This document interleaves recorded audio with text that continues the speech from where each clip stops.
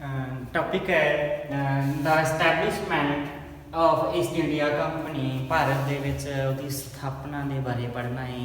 ਪਰ ਉਹਦੀ ਸਥਾਪਨਾ ਪੜ੍ਹਨ ਤੋਂ ਪਹਿਲਾਂ ਥੋੜੀ ਜਿਹੀ ਬੈਕਗਰਾਉਂਡ ਦੇਖਾਂਗੇ ਕਿ ਕਿੱਥੋਂ ਸਟਾਰਟ ਹੋਈ ਹੈ ਜਾਂ ਉਸ ਟਾਈਮ ਤੇ ਕੀ ਹਾਲਤ ਸੀ। ਉਸ ਦੇ ਨਾਲ ਕੁਝ ਹੋਰ ਯੂਰਪੀਅਨ ਸ਼ਕਤੀਆਂ ਆਈਆਂ, ਉਹਨਾਂ ਬਾਰੇ ਵੀ ਪੜ੍ਹਾਂਗੇ। ਇਹਨਾਂ ਦੇ ਆਉਣ ਤੋਂ ਪਹਿਲਾਂ ਜਿਹੜਾ ਇਹ ਵਪਾਰ ਤਾਂ ਪੁਰਾਣੇ ਸਮੇਂ ਤੋਂ ਹੀ ਜਿਹੜਾ ਇਹ ਉਹ ਚੱਲ ਰਿਹਾ ਸੀ, ਪਰ ਉਸ ਟਾਈਮ ਤੇ ਕੋਈ ਯੂਰਪੀਅਨ ਜਿਹੜਾ ਹੈ ਉਦੋਂ ਤੱਕ ਸਮੁੰਦਰੀ ਮਾਰਗ ਰਾਹੀਂ ਜਿਹੜਾ ਹੈ ਉਹ ਇੰਡੀਆ ਨਹੀਂ ਸੀ ਪਹੁੰਚਿਆ। ਸਭ ਤੋਂ ਪਹਿਲਾਂ ਜਿਹੜਾ ਪੁਰਤਗੀਜ਼ ਕੈਪਟਨ ਇੱਕ ਆਇਆ ਸੀ ਵਾਸਕੋ ਡੇ ਗਾਮਾ 1498 'ਚ ਸਭ ਤੋਂ ਪਹਿਲਾਂ ਜਿਹੜਾ ਹੈ ਉਹ ਅਫਰੀਕਾ ਦੇ ਉੱਪਰ ਦੀ ਚੱਕਰ ਲਗਾ ਕੇ ਇੰਡੀਆ ਦੇ ਜਿਹੜੀ ਆ ਉਹ ਇੱਕ ਬੰਦਰਗਾਹ 'ਤੇ ਪਹੁੰਚਿਆ ਹੈ ਫਸਟ ਟਾਈਮ। ਇਸ ਤੋਂ ਬਾਅਦ ਜਿਹੜਾ ਹੈ ਉਹ ਪਹਿਲਾ ਸੀਗਾ ਜਿਹੜਾ ਜਿਹਨੇ ਸਮੁੰਦਰੀ ਰਸਤਾ ਭਾਰਤ ਪਹੁੰਚਣ ਵਾਸਤੇ ਲੱਭਿਆ। ਹਾਲਾਂਕਿ ਉਸ ਤੋਂ ਪਹਿਲਾਂ ਜਿਹੜਾ ਇਹ ਸਿਕੰਦਰ ਤੋਂ ਸ਼ੁਰੂ ਹੋ ਕੇ ਜਿਹੜਾ ਇਹ ਯੂਰਪੀਅਨ ਜਿਹੜੇ ਆਉਂਦੇ ਰਹੇ, ਪਰ ਉਹ ਸਮੁੰਦਰੀ ਮਾਰਗ ਰਾਹੀਂ ਨਹੀਂ ਸੀ ਆਏ। ਇਹ ਪਹਿਲਾ ਸੀ ਜਿਹਨੇ ਸਮੁੰਦਰੀ ਮਾਰਗ ਲੱਭਿਆ, ਕਿਉਂਕਿ ਉਸ ਟਾਈਮ 'ਤੇ ਸਮੁੰਦਰੀ ਵਪਾਰ ਦੀ ਮਹੱਤਤਾ ਜਿਹੜੀ ਹੈ ਬਹੁਤ ਜ਼ਿਆਦਾ ਵੱਧ ਗਈ ਸੀ। ਕਾਫੀ ਸਾਰੀਆਂ ਯੂਰਪੀ ਸ਼ਕਤੀਆਂ ਜਿਹੜੀਆਂ ਨੇ ਉਹ ਸਮੁੰਦਰੀ ਰਸਤੇ ਲੱਭਣ ਦੀ ਕੋਸ਼ਿਸ਼ ਕਰ ਰਹੀਆਂ ਸੀ। ਉਹਦੇ ਵਿੱਚ ਪੁਰਤਗਾਲ ਦੇ ਨਾਲ ਨਾਲ ਇੱਕ ਸਪੇਨ ਨੇ ਕੋਸ਼ਿਸ਼ ਕੀਤੀ ਸੀ, ਪਰ ਸਪੇਨ ਜਿਹੜਾ ਹੈ ਉਹ ਉੱਧਰ ਅਮਰੀਕਾ ਦੀ ਸਾਈਡ, ਦੱਖਣੀ ਅਮਰੀਕਾ ਮਹਾਂਦੀਪ ਵਾਲੀ ਸਾਈਡ ਗਿਆ ਅਤੇ ਪੁਰਤਗੀਜ਼ ਨੇ ਇੱਧਰ ਦਾ ਰਸਤਾ ਜਿਹੜਾ ਹੈ ਉਹ ਲੱਭਿਆ। ਉਸ ਤੋਂ ਬਾਅਦ ਕੁਛ ਹੋਰ ਤਾਕਤਾਂ ਵੀ ਜਿਹੜੀਆਂ ਨੇ ਉਹ ਆਈਆਂ ਨੇ, ਇਸ ਦੇ ਵਿੱਚ ਪੁਰਤਗੀਜ਼ ਤੋਂ ਇਲਾਵਾ ਡੱਚ ਆਏ ਨੇ, ਹਾਲੈਂਡ ਵਾਲੀ ਸਾਈਡ ਯੂਰਪੀਅਨ, ਬ੍ਰਿਟਿਸ਼ ਆਏ ਅਤੇ ਫਰੈਂਚ ਆਏ। ਇਹ ਮੇਨ ਸੀਗੀਆਂ ਜਿਹੜੀਆਂ ਆਈਆਂ ਹੈ। ਇਹਨਾਂ ਨੇ ਆਉਂਦਿਆਂ ਹੀ ਜਿਹੜਾ ਹੈ ਕੋਈ ਇੱਥੇ ਰਾਜ ਨਹੀਂ ਸ਼ੁਰੂ ਕੀਤਾ ਜਾਂ ਆਉਂਦਿਆਂ ਹੀ ਨਹੀਂ ਜਿੱਤ ਲਿਆ। ਇਹਨਾਂ ਨੂੰ ਕਾਫੀ ਸਾਰੀ ਕੋਸ਼ਿਸ਼, ਕਾਫੀ ਤੋਂ ਪਰਮਿਸ਼ਨਜ਼, ਕਿਉਂਕਿ ਜਦੋਂ ਬ੍ਰਿਟਿਸ਼ ਆਉਂਦੇ ਆ ਜਾਂ ਕੋਈ ਹੋਰ ਤਾਕਤ ਜਿਹੜੀ ਉਸ ਟਾਈਮ 'ਤੇ ਮੁਗਲ ਰਾਜ, ਬ੍ਰਿਟਿਸ਼ ਦੇ ਟਾਈਮ 'ਤੇ ਜਿਹੜਾ ਉਹ ਮੁਗਲ ਰਾਜ ਚੱਲ ਰਿਹਾ ਸੀ। ਹਾਲਾਂਕਿ ਪੁਰਤਗੀਜ਼ ਦੇ ਟਾਈਮ 'ਤੇ ਜਿਹੜਾ ਹੈ ਉਹ ਮੁਗਲ ਰਾਜ ਅਜੇ ਨਹੀਂ ਆਉਂਦਾ, ਉਹ 1526 'ਚ ਸ਼ੁਰੂ ਹੁੰਦਾ ਹੈ। ਪਰ ਇਹ ਪਹਿਲਾਂ ਸੀ। ਇਸ ਤੋਂ ਬਾਅਦ ਜਿਹੜਾ ਹੈ ਉਸ ਟਾਈਮ 'ਤੇ ਮੁਗਲ ਰਾਜ ਜਿਹੜਾ ਉਹ ਸ਼ੁਰੂ ਹੋ ਚੁੱਕਾ ਸੀ ਅਤੇ ਬ੍ਰਿਟਿਸ਼ ਨੂੰ ਜਿਹੜਾ ਹੈ ਉਹ ਪਰਮਿਸ਼ਨ ਜਿਹੜੀ ਹੈ ਮੁਗਲ ਤੋਂ ਹੀ ਲੈਣੀ ਪਈ ਸੀ। 1600 ਦੇ ਵਿੱਚ ਇਹ ਕੰਪਨੀ ਜਿਹੜੀ ਹੈ ਪ੍ਰਾਈਵੇਟ ਕੰਪਨੀ ਇਹ ਬਣਾਈ ਗਈ ਹੈ ਇੰਗਲੈਂਡ ਦੇ ਵਿੱਚ, ਅਤੇ ਉਸ ਤੋਂ 12, 13, 14 ਸਾਲ ਬਾਅਦ ਦੇ ਵਿੱਚ ਜਿਹੜੀ ਆ ਉਹ ਪਰਮਿਸ਼ਨ ਵਪਾਰ ਕਰਨ ਦੀ ਇੱਥੇ ਮਿਲੀ ਹੈ। ਸਭ ਤੋਂ ਪਹਿਲਾਂ ਜਿਹੜਾ ਸਟਾਰਟਿੰਗ ਉਹ ਸੂਰਤ ਤੋਂ ਕੀਤੀ ਹੈ, ਗੁਜਰਾਤ ਵਿੱਚ। ਜਦੋਂ ਇਹ ਚਾਰ ਤਾਕਤਾਂ ਆ ਚੁੱਕੀਆਂ ਨੇ ਇੱਥੇ, ਤਾਂ ਇਹ ਸਿੱਧੀ ਜਿਹੀ ਗੱਲ ਸੀ ਕਿ ਇਹਨਾਂ ਦੇ ਵਿੱਚ ਜਿਹੜੀ ਆ ਸਟਰਗਲ ਹੋਣੀ ਲਾਜ਼ਮੀ ਸੀ, ਕਿਉਂਕਿ ਕੋਈ ਵੀ ਨਹੀਂ ਸੀ ਚਾਹੁੰਦਾ ਕਿ ਕੋਈ ਜ਼ਿਆਦਾ ਜਿਹੜਾ ਮੁਨਾਫਾ ਕਮਾਵੇ। ਇਹਦੇ ਵਿੱਚ ਹੁਣ ਜਦੋਂ ਪੁਰਤਗੀਜ਼ ਆਏ ਆ ਤਾਂ ਉਹਨਾਂ ਨੇ ਜਿਹੜੀਆਂ ਆਪਣੀਆਂ ਸੈਟਲਮੈਂਟਸ ਕੀਤੀਆਂ ਨੇ, ਜਿੱਥੇ ਉਹਨਾਂ ਨੇ ਆਪਣੀ ਵਪਾਰ ਸ਼ੁਰੂ ਕੀਤਾ ਹੈ, ਉਹ ਗੋਆ, ਦਮਨ, ਸਾਲਚਟ, ਬਸੇਨ, ਬੰਬੇ ਐਂਡ ਹੁਗਲੀ ਦੇ ਵਿੱਚ। ਸੈਕਿੰਡ ਡੱਚ ਆ ਜਿਹੜੇ, ਉਹਨਾਂ ਦੀ ਜਗ੍ਹਾ ਹੈਗੀ ਸੀ ਕੋਚੀਨ, ਸੂਰਤ, ਨਾਗਾਪਟਮ, ਪੁਲੀਕਟ ਐਂਡ ਚਿੰਸੁਰਾ। ਇਸ ਜਗ੍ਹਾ 'ਤੇ ਡੱਚ ਦੀਆਂ ਜਿਹੜੀਆਂ ਨੇ ਉਹ ਵਪਾਰਿਕ ਜਿਹੜੀ ਹਲਚਲਾਂ ਜਾਂ ਵਪਾਰ ਸ਼ੁਰੂ ਹੋਏ। ਬ੍ਰਿਟਿਸ਼ ਦੀਆਂ ਹੈਗੀਆਂ ਸੀ ਸੂਰਤ ਦੇ ਵਿੱਚ। ਸਭ ਤੋਂ ਪਹਿਲੇ ਜਿਹੜੀ ਆ ਉਹਨਾਂ ਨੇ ਸੂਰਤ ਤੋਂ ਹੀ ਸ਼ੁਰੂ ਕੀਤੀ ਹੈ ਬ੍ਰਿਟਿਸ਼ ਨੇ। ਅਹਿਮਦਾਬਾਦ, ਆਗਰਾ, ਬੰਬੇ ਐਂਡ ਕਲਕੱਤਾ। ਫਰੈਂਚ ਜਿਹੜੇ ਆ 1764 ਦੇ ਵਿੱਚ ਆਏ ਆ। ਜਿਹੜਾ ਜ਼ਿਆਦਾ ਹੋਣਾ ਇਹਨਾਂ ਦਾ ਸੰਘਰਸ਼, ਸਟਰਗਲ ਹੋਣੀ ਹੈ, ਉਹ ਇਹਨਾਂ ਦੋਨਾਂ ਦੀ ਹੋਣੀ।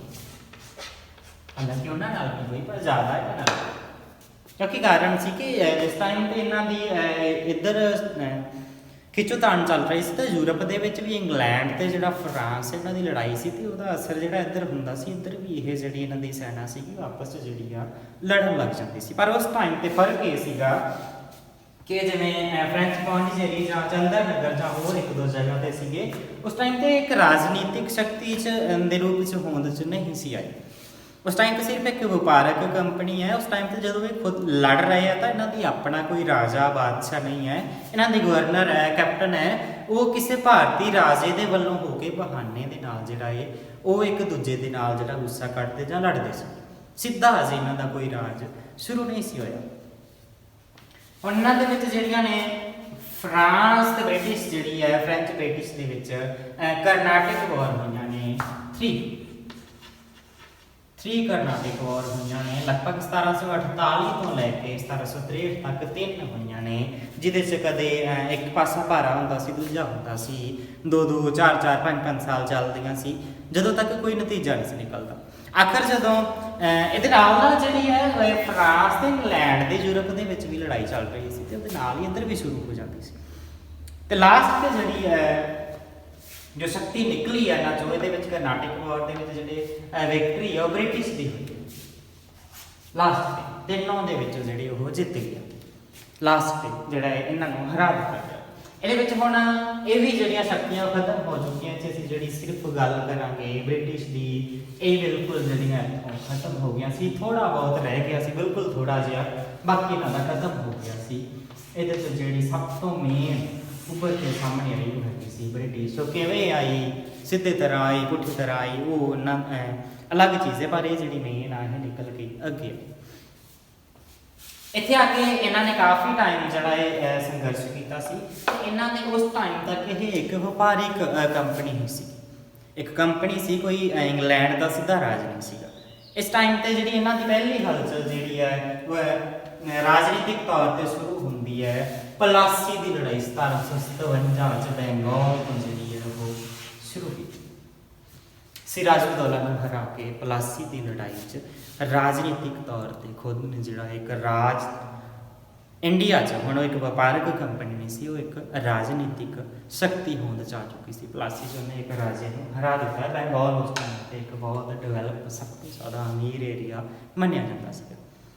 ਅੱਜ ਵਾਲਾ ਬੰਗਾਲ ਨਹੀਂ, ਉਹਦੇ ਨਾਲ ਬਿਹਾਰ ਤੇ ਉੜੀਸਾ ਦਾ ਏਰੀਆ ਵੀ, ਜਿਹਨੂੰ ਉੜੀਸਾ ਕਹਿੰਦੇ ਆ, ਜੋ ਸਾਰਾ ਏਰੀਆ ਸੀਗਾ। ਉਸ ਤੋਂ ਬਾਅਦ 2-4 ਸਾਲ ਜਿਹੜਾ ਹੈ ਉਹਨਾਂ ਨੇ ਇੱਕ ਨਵਾਂ ਰਾਜਾ ਬਣਾਇਆ, ਮਤਲਬ ਉਹਨਾਂ ਦਾ ਮੇਨ ਮਕਸਦ ਹੀ ਸੀਗਾ ਜਿਹੜਾ ਇੱਥੋਂ ਜ਼ਿਆਦਾ ਤੋਂ ਜ਼ਿਆਦਾ ਲਾਭ ਲੈਣਾ ਬ੍ਰਿਟਿਸ਼ ਦਾ।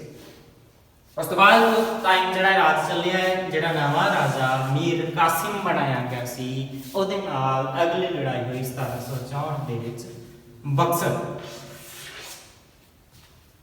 ਇਹਦੇ ਵਿੱਚ ਵੀ ਬ੍ਰਿਟਿਸ਼ ਜੇਤੂ ਰਹੇ ਆ ਤੇ ਹੁਣ ਜਿਹੜਾ ਹੈ ਮਤਲਬ ਪੂਰੀ ਤਰ੍ਹਾਂ ਜਿਹੜੇ ਆ ਹੁਣ ਸ਼ਕਤੀ ਜਿਹੜੀ ਉਹਨਾਂ ਦੀ ਸਥਾਪਿਤ ਹੋ ਚੁੱਕੀ ਹੈ। 1765 ਤੋਂ ਜਿਹੜੀ ਆ ਲਗਭਗ ਉਹ ਸ਼ੁਰੂ ਕਰ ਦਿੱਤਾ ਹੈ। ਪਰ ਇਹਦੇ ਵਿੱਚ ਫਰਕ ਸੀ ਕਿ ਅਜੇ ਵੀ ਉਹਨਾਂ ਨੂੰ ਇੱਥੋਂ ਬਾਰੇ ਜ਼ਿਆਦਾ ਪਤਾ ਨਹੀਂ ਸੀ, ਜ਼ਿਆਦਾ ਕਿਵੇਂ ਸ਼ਾਸਨ ਚਲਾਉਣਾ, ਤੇ ਉਹਨਾਂ ਨੇ ਜਿਹੜੀ ਆ ਡਿਊਲ ਐਡਮਿਨਿਸਟ੍ਰੇਸ਼ਨ ਮਤਲਬ ਦੋਹਰੀ ਸ਼ਾਸਨ ਪ੍ਰਣਾਲੀ ਚਲਾਈ ਸੀ। ਜਿਹੜਾ ਟੈਕਸ ਵਗੈਰਾ ਇਕੱਠਾ ਕਰਨ ਦਾ ਸੀ ਉਹ ਖੁਦ ਕੋਲ ਰੱਖ ਲਿਆ, ਤੇ ਜਿਹੜਾ ਰਾਜ ਚਲਾਉਣਾ ਸੀ, ਪ੍ਰਸ਼ਾਸਨ ਲੋਕਾਂ ਨੂੰ ਦੇਖਣਾ ਸੀਗਾ, ਉਹ ਉੱਥੋਂ ਦੇ ਬਾਦਸ਼ਾਹ ਨੂੰ ਇੱਕ ਨਾਮਾਤਰ ਜਿਹਾ ਰੱਖ ਕੇ ਉਹਨੂੰ ਦੇ ਦਿੱਤਾ ਕਿ ਤੂੰ ਦੇਖੀ ਜਾ। ਉਸ ਤੋਂ ਬਾਅਦ ਅੱਗੇ ਜਾ ਕੇ ਉਹਨੂੰ ਵੀ ਖਤਮ ਕਰਨਾ ਹੈ ਜਦੋਂ ਇਹ ਜ਼ਿਆਦਾ ਸ਼ਕਤੀ ਦੇ ਵਿੱਚ ਆ ਜਾਣਾ ਈਸਟ ਇੰਡੀਆ ਕੰਪਨੀ। ਉਸ ਤੋਂ ਬਾਅਦ ਉਹ ਰਾਜੇ ਦਾ ਜਿਹੜਾ ਹੈ ਉਹਨੂੰ ਖਤਮ ਕਰ ਦੇਣਾ। ਉਸ ਤੋਂ ਬਾਅਦ ਇਹਨਾਂ ਨੇ ਜਦੋਂ ਅੱਗੇ ਟਾਈਮ ਜਾਂਦਾ ਹੈ ਤਾਂ ਇਹਨਾਂ ਨੇ ਕਾਫੀ ਤਰੀਕਿਆਂ ਦੇ ਨਾਲ ਜਿਹੜਾ ਇੰਡੀਆ ਦੇ ਵਿੱਚ ਏਰੀਆ ਜਿਹੜਾ ਇੱਕ ਜਗ੍ਹਾ ਨਹੀਂ ਰਹੇ, ਲਗਾਤਾਰ ਇਹ ਵੱਧਦੇ ਗਏ, ਅੱਗੇ ਵਧੇ ਆ, ਕੋਈ ਏਰੀਆ ਜਿੱਤ ਲਿਆ ਕੋਈ, ਪਰ ਇਹਨਾਂ ਨੇ ਕੋਈ ਸਿੱਧਾ ਹਮਲਾ ਨਹੀਂ ਕੀਤਾ। ਇਹਨਾਂ ਨੇ ਕਈ ਤਰੀਕੇ ਅਪਣਾਏ। ਪਹਿਲੀ ਤਾਂ ਗੱਲ ਸੀ ਕਿ ਇਹਨਾਂ ਨੇ ਵਾਰਸ ਤਾਂ ਕੀਤੀਆਂ ਇੰਡੀਆ 'ਚ, ਜਿਹੜੀਆਂ ਲੜਾਈ ਤਾਂ ਇਹਨਾਂ ਨੇ ਕੀਤੀ ਹੀ ਹੈ। ਇਹਦੇ ਵਿੱਚ ਮੇਨਲੀ ਜਿਹੜੀਆਂ ਆਉਂਦੀਆਂ ਨੇ ਐਂਗਲੋ ਮੈਸੂਰ ਵਾਰ ਆਉਂਦੀ ਹੈ। ਐਂਗਲੋ ਮੈਸੂਰ ਜਿਹਦੇ 'ਚ ਹੈਦਰ ਅਲੀ ਤੇ ਟੀਪੂ ਸੁਲਤਾਨ ਦੇ ਨਾਲ ਜਿਹੜਾ ਸੰਘਰਸ਼ ਚੱਲਿਆ 1766-99 ਤੱਕ ਲਗਭਗ 4 ਲੜਾਈਆਂ ਹੋਈਆਂ, ਜਿਹਦੇ 'ਚ 99 ਤੇ ਟੀਪੂ ਸੁਲਤਾਨ ਮਾਰਿਆ ਗਿਆ। ਇਹ ਜਿਹੜੀ ਹੈ ਮੈਸੂਰ ਹੈ ਉਹਨੂੰ ਮਿਲਾ ਲਿਆ ਗਿਆ। ਅਗਲੀ ਜਿਹੜੀ ਹੈ ਮਰਾਠਿਆਂ ਨਾਲ ਹੋਈ ਹੈ। ਮਰਾਠਿਆਂ ਨਾਲ ਕਾਫੀ ਟਾਈਮ ਸੰਘਰਸ਼ ਚੱਲਣ ਤੋਂ ਬਾਅਦ ਜਿਹੜਾ ਹੈ ਇਹਨਾਂ ਨੂੰ ਵੀ ਹਰਾ ਦਿੱਤਾ ਗਿਆ। ਗੋਰਖਿਆਂ ਦੇ ਨਾਲ ਲੜਾਈ ਹੋਈ ਹੈ, ਨੇਪਾਲ ਦਾ ਏਰੀਆ ਜਿਹੜਾ ਹੈ ਉਹਨਾਂ ਨੂੰ ਵੀ ਹਰਾ ਕੇ ਬਾਅਦ ਵਿੱਚ ਉਹਨਾਂ ਨੇ ਜਿਹੜਾ ਇੱਕ ਮਿੱਤਰ ਰਾਸ਼ਟਰ ਜਾਂ ਜਿਵੇਂ ਵੀ ਸੀਗੀ ਉਹਨਾਂ ਨੂੰ ਵੀ ਹਰਾਇਆ ਗਿਆ।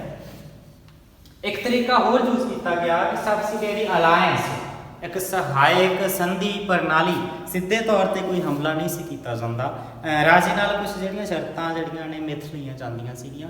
ਤੂੰ ਸਾਡਾ ਇੱਕ ਬੰਦਾ ਰੱਖਣਾ ਹੈ ਆਪਣੇ ਰਾਜ 'ਚ, ਉਹਦੀ ਜਿਹੜੀ ਆ ਖਰਚਾ ਤੂੰ ਦੇਣਾ ਹੈ, ਕੋਈ ਲੜਾਈ ਹੁੰਦੀ ਉਹਦਾ ਖਰਚਾ ਤੂੰ ਦੇਣਾ ਹੈ। ਮਤਲਬ ਉਹ ਸਿੱਧੀ ਤਰ੍ਹਾਂ ਨਹੀਂ ਸੀ ਆਉਂਦੇ, ਰਾਜੇ ਦੇ ਉੱਤੇ ਸ਼ਰਤਾਂ ਹੀ ਇੰਨੀਆਂ ਜਿਹੜੀਆਂ ਸਖਤ ਲਗਾਈਆਂ ਜਾਂਦੀਆਂ ਸੀ ਕਿ ਮਜਬੂਰ ਹੋ ਕੇ ਉਹ ਰਾਜੇ ਨੂੰ ਖਰਚ ਉਠਾਇਆ ਨਹੀਂ ਸੀ ਜਾਂਦਾ ਤੇ ਖੁਦ ਹੀ ਉਹਨੂੰ ਰਾਜ ਅੱਧਾ ਜਾਂ ਪੂਰਾ ਰਾਜ ਇਹਨਾਂ ਨੂੰ ਦੇ ਦਿੱਤਾ ਜਾਂਦਾ ਸੀ, ਤੇ ਇਹਨਾਂ ਦੇ ਜਿਹੜਾ ਉਹ ਰਾਜ ਬਿਨਾਂ ਲੜਾਈ ਨੂੰ ਮਿਲਾ ਲਿਆ ਜਾਂਦਾ ਸੀ। ਇੱਕ ਜਿਹੜੀ ਮੇਨ ਮਸ਼ਹੂਰ ਉਹਨਾਂ ਦੀ ਨੀਤੀ ਸੀ ਜਿਹੜੀ ਲਾਰਡ ਡਲਹੌਜ਼ੀ ਦੇ ਦੁਆਰਾ ਅਪਣਾਈ ਗਈ, ਡਾਕਟ੍ਰਿਨ ਆਫ ਲੈਪਸ। ਲੈਪਸ ਦਾ ਸਿਧਾਂਤ ਬੜਾ ਮਸ਼ਹੂਰ ਹੈ। ਇਹਦੇ ਵਿੱਚ ਕੀ ਸੀਗਾ ਕਿ ਉਸ ਟਾਈਮ ਤੇ ਜਿਹੜੇ ਰਾਜੇ ਦੇ ਤਾਂ ਕੋਈ ਸਕਾ ਬੇਟਾ ਸੀਗਾ, ਉੱਤਰਾਧਿਕਾਰੀ ਸੀਗਾ, ਉਹ ਤਾਂ ਰਾਜ ਕਰ ਸਕਦਾ ਸੀ, ਪਰ ਜੇਕਰ ਉਹਨੇ ਉਹਨੂੰ ਗੋਦ ਲਿਆ ਹੋਇਆ ਹੈ ਤਾਂ ਉਹ ਇਸ ਸਿਧਾਂਤ ਦੇ ਅਨੁਸਾਰ ਆਪੇ ਹੀ ਉੱਤਰਾਧਿਕਾਰੀ ਨਹੀਂ ਬਣ ਸਕਦਾ। ਉੱਤਰਾਧਿਕਾਰੀ ਨਹੀਂ ਹੈਗਾ ਤਾਂ ਉਹ ਰਾਜ ਖੁਦ ਹੀ ਜਿਹੜਾ ਹੈ ਬ੍ਰਿਟਿਸ਼ ਰਾਜ ਦੇ ਵਿੱਚ ਮਿਲ ਜਾਵੇਗਾ। ਇਹਦਾ ਵਿਰੋਧ ਕੀਤਾ ਗਿਆ ਕਾਫੀ ਸਾਰੀਆਂ, ਜਿਹਦੇ ਵਿੱਚ ਮੇਨਲੀ ਅਸੀਂ ਨਾਲ ਨੇ ਝਾਂਸੀ ਦਾ ਵੀ ਕੁਛ ਇਵੇਂ ਹੀ ਸੀ, ਉਹਨਾਂ ਦਾ ਕੋਈ ਉੱਤਰਾਧਿਕਾਰੀ ਨਾ ਹੋਣ ਕਰਕੇ ਉਹਨੂੰ ਵੀ ਮਿਲਾਇਆ ਗਿਆ। ਤਾਂ ਹੋਂਦ ਚ ਆਇਆ ਸੀ ਉਸ ਤੋਂ ਬਾਅਦ ਹੀ ਜਿਹੜਾ ਹੈ ਰਿਵੋਲਟ ਆਫ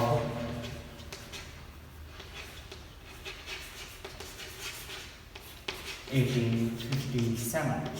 ਇੱਕ ਹੋਰ ਟੌਪਿਕ ਹੈ, ਵੈਸੇ ਗੱਲ ਕਰ ਰਹੇ ਹਾਂ ਕਿ ਇਸ ਤੋਂ ਬਾਅਦ ਜਿਹੜਾ ਹੈ ਉਸ ਟਾਈਮ ਤੇ ਝਾਂਸੀ ਦੀ ਰਾਣੀ ਨੇ ਵੀ 1857 ਦੇ ਵਿਦਰੋਹ 'ਚ ਜਿਹੜਾ ਹੈ ਉਹ ਸੰਘਰਸ਼ ਕੀਤਾ ਸੀਗਾ।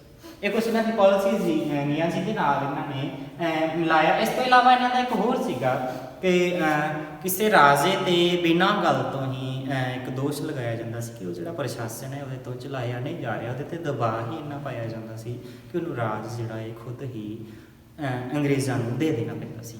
ਐਵੇਂ ਹੀ ਉਹਨਾਂ ਨੇ ਜਿਹੜਾ ਇਹ ਲੜਾਈਆਂ ਲੜ ਕੇ ਜਾਂ ਕੋਈ ਸੰਧੀਆਂ ਕਰਕੇ ਜਾਂ ਕੋਈ ਪਾਲਿਸੀਜ਼ ਲਗਾ ਕੇ ਇੰਡੀਆ ਨੂੰ ਜਿਹੜਾ ਹੈ ਹੌਲੀ ਹੌਲੀ ਆਪਣੇ ਰਾਜ ਦੇ ਵਿੱਚ ਪੂਰੀ ਤਰ੍ਹਾਂ ਮਿਲਾ ਲਿਆ।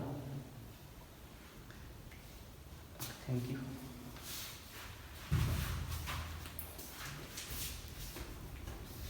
ਮੁਝੇ ਨਹੀਂ ਪਰਵਾਹ ਠੀਕ ਹੈ, ਤੂੰ ਤਾਂ ਇੱਥੇ